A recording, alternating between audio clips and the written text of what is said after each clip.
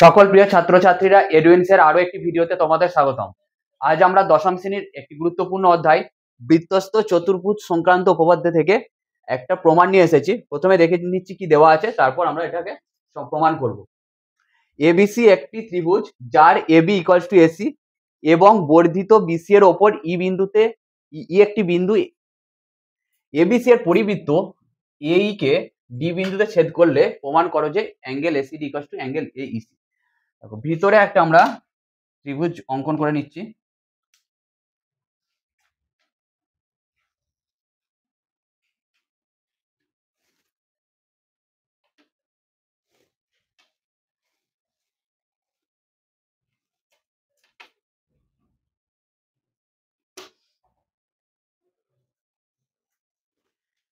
ABC ত্রিভুজটা draw করে নিচ্ছি।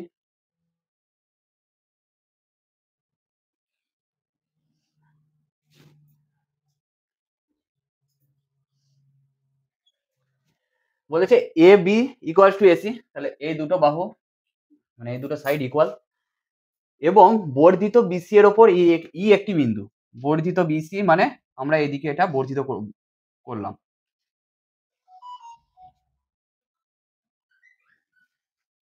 ই হলো একটা বিন্দু।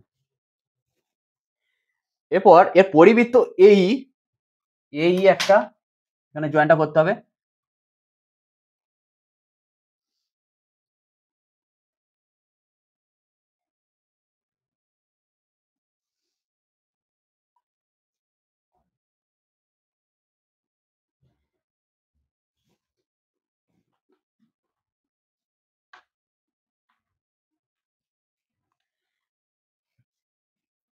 পরিবৃত্ত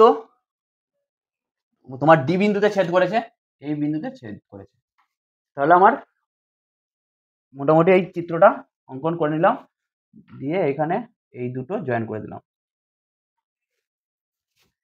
চলো এরপর আমাদেরকে প্রমাণ করতে হবে A C D equals to A EC. A C D equals to A EC. A EC দেখো যে যে জিনিসগুলো আছে দেবো, আমরা স্টার্ট করছি। ত্রিভুজ এবিসি এর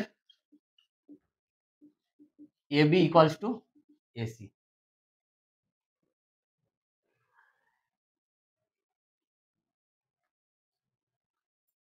হয়ে গেল। বিসি বর্ধিত করিয়া বর্ধিত যার ওপর ই একটি বিন্দু। তারপরে দেখো এখানে তোমার এই যে অ্যাঙ্গেল গুলো সাম কত হবে? 180। কেন? কারণ এ বি সি ডি একটা হচ্ছে বৃত্তস্থ চতুর্ভুজ। আমরা এখানে ছিলাম যে এ বি সি একটা ত্রিভুজ, এই দুটো বাহু সমান। এটা তোমার এক্সটেন্ড করে বিসিটা এক্সটেন্ড করে ই করা হয়েছে, ইতে নিয়ে যাওয়া হয়েছে এই পয়েন্টে। আর পরিবৃত্তটা পরিবৃত্তটা হ্যাঁ পরিবৃত্তটা এই যে লাইনটাকে ডি বিন্দুতে ছেদ করেছে। দেখো লিখে দিয়েছে এখানে। এরপর চলো আমরা এখানটায় অঙ্কন দেখো। অঙ্কন যেগুলো ছিল আগে করে নিয়েছি, এরপরে আমরা শুধু জাস্ট নিজেরা করেছি সিডি যুক্ত করা হলো। এরপরে প্রমাণটা দেখো আস্তে আস্তে। দেখো ত্রিভুজ A BC A B equals to AC. আমরা জানি যে এই দুটো বাহু যখন ইকুয়াল হয় তাদের বিপরীত কোণগুলো ইকুয়াল। এটার বিপরীত কোণ এবিসি আর এটার বিপরীত কোণ এসিবি। তাহলে এ বিসি ইকুয়ালস টু এসিবি হলো। এরপরে দেখো এ বি সি ডি একটা বৃত্তস্থ চতুর্ভুজ। আমরা জানি বৃত্তস্থ চতুর্ভুজের বিপরীত কোণগুলোর সমষ্টি 180 ডিগ্রি। তাহলে চলো বৃত্তস্থ চতুর্ভুজ এ বি সি ডি থেকে পাই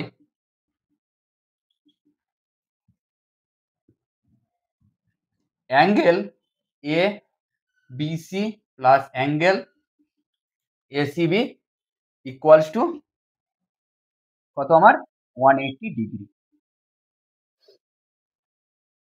ABC plus ACB equals to 180 degree.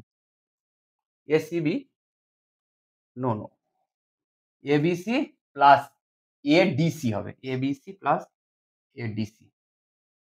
A B C বিপরীত কোণ কি, বি এর বিপরীত কোণ D, A DC, A DC equals to 180 degree.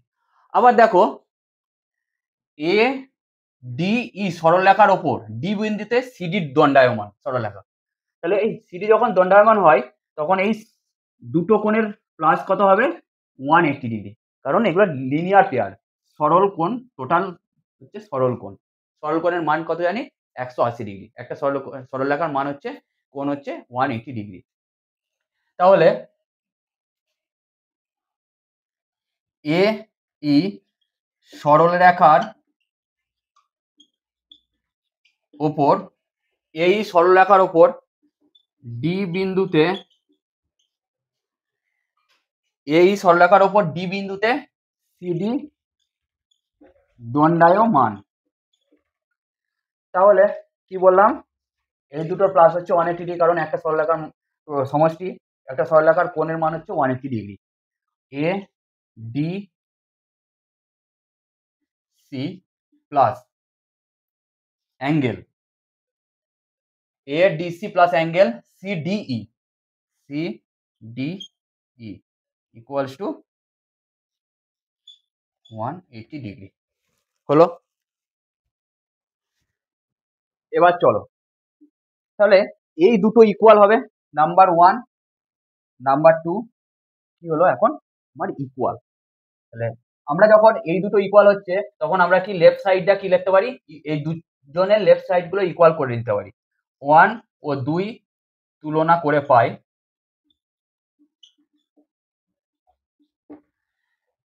Angle ABC plus angle ADC equals to angle ADC plus angle CDE.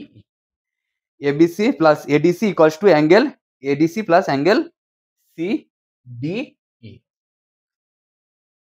দেখো ADC ADC cancel out হয়ে গেল, তাহলে angle ABC equals to angle CDE.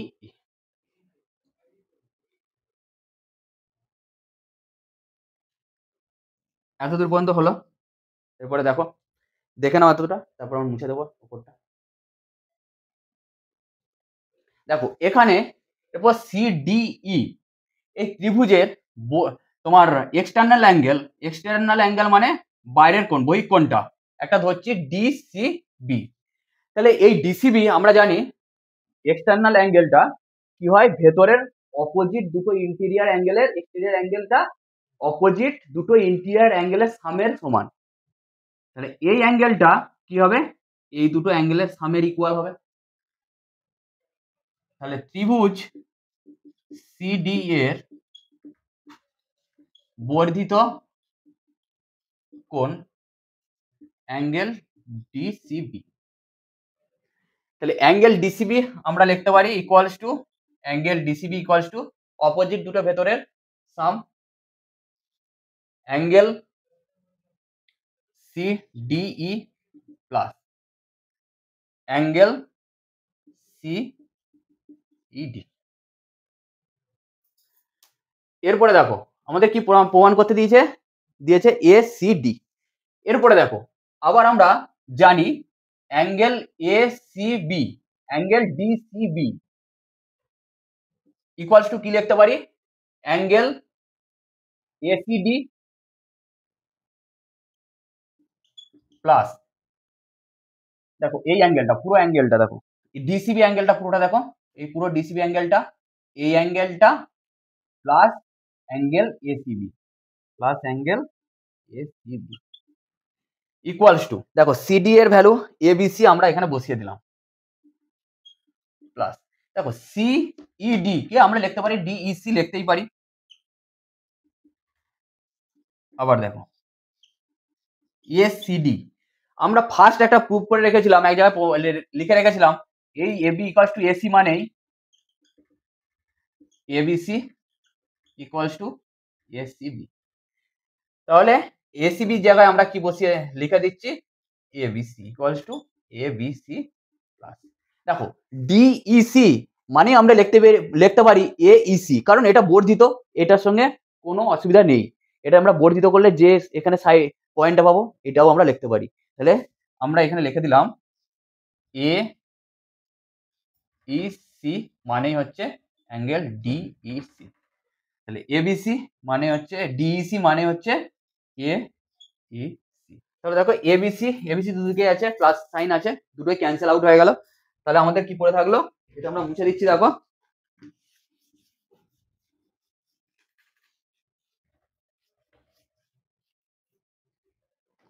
দেখো কাটাকুটি করার পর কি থাকলো, ACD equals to angle ECD.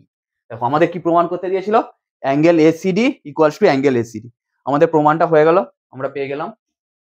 আজকের ভিডিওটি এই পর্যন্ত। তোমাদের ভিডিওটি কেমন লাগলো অবশ্যই জানাবে।